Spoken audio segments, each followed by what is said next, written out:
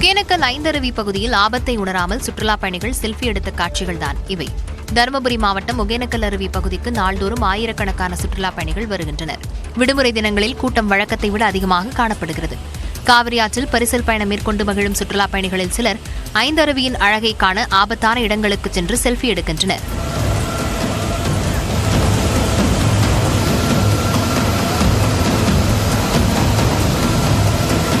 சிறிது கால் இடறினால் கூட 60 அடி பள்ளத்தில் விழ வாய்ப்பிருப்பதாக கூறப்படும் நிலையில் செல்ஃபி மோகம் அவர்களின் கண்களை மறைக்கிறது.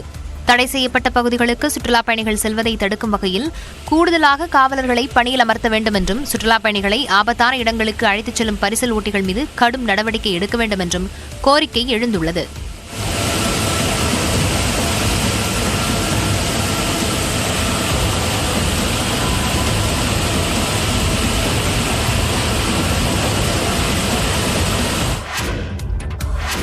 எதிர்க்கட்சிகள் துணை முதலமைச்சரும் திமுக இளைஞரணி செயலாளருமான உதயநிதி ஸ்டாலின் விமர்சித்துள்ளார். புதன்கிழமை பிறந்தநாள் காணும் உதயநிதி ஸ்டாலின் தனது பிறந்தநாளையொட்டி அறிக்கை ஒன்றை வெளியிட்டுள்ளார். அதில் ஆக்கப்பூர்வமான மக்கள் பணிக்கும் கட்சி பணிக்கும் தனது பிறந்தநாள் கொண்டாட்டத்தை பயன்படுத்திக் கொள்ள வேண்டும் என்று திமுகவினரை கேட்டுக் கொண்டுள்ளார். திராவிட இயக்கத்தின் கொள்கைகளையும் அரசின் சாதனைகளையும் மக்களிடம் எடுத்துச் செல்லும் நிகழ்வுகளை நடத்துவதில் முனைப்பு காட்ட வேண்டும் என்றும், கட்சியின் முன்னோடிகளை நேரில் கண்டு அவர்களை உரிய வகையில் கௌரவிக்க வேண்டும் என்றும் கேட்டுக் கொண்டுள்ளார்.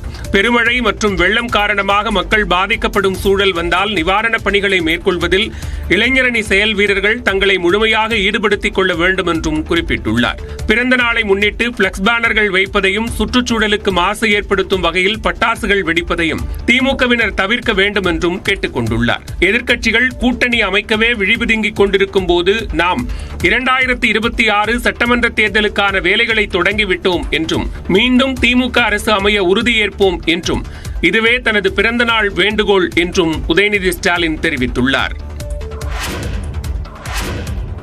விடுதலை சிறுத்தைகள் கட்சியை யாராலும் உடைக்க முடியாது என்று கொங்குநாடு ஈஸ்வரனுக்கு விசிக கட்சி சார்பில் பதிலளிக்கப்பட்டுள்ளது. ஆதவ் அர்ஜுனா விசிகவை இரண்டாக உடைக்கப் போகிறார் என்று கொங்குநாடு மக்கள் தேசிய கட்சியின் பொதுச் செயலாளர் ஈஸ்வரன் தெரிவித்திருந்தார். இதற்கு விசிக தரப்பில் அக்கட்சியின் மாநில செய்தி தொடர்பாளர் பாவலன் விடுத்துள்ள அறிக்கையில், விடுதலை சிறுத்தைகள் கட்சி ஆட்சி அதிகார வேட்கையோடு மட்டுமே தொடங்கப்பட்ட கட்சி அல்ல எனவும், விடுதலை சிறுத்தைகள் கட்சியை உடைப்பதற்கான சூழ்நிலையை கூட உருவாக்க முடியாது என்றும் குறிப்பிடப்பட்டுள்ளது. விசிகவை நோக்கி வருபவர்கள் இக்கட்சியின் கொள்கை கடலில் கரைந்து போவார்களே தவிர தனித்து நீந்திச் செல்ல முடியாது என்றும் குறிப்பிடப்பட்டுள்ளது. விசிகவில் உள்ள கருத்து சுதந்திரம்தான் ஆதவ் அர்ஜுனாவுக்கு பல்வேறு கருத்துக்களை பேச வாய்ப்பளித்திருப்பதாகவும், ஊடகங்களால் தான் ஆதவ் அர்ஜுனாவின் கருத்து பெரிதாக்கப்பட்டதே தவிர அதில் உள்நோக்கம் வேறொன்றும் இல்லை என்றும் தெரிவிக்கப்பட்டுள்ளது.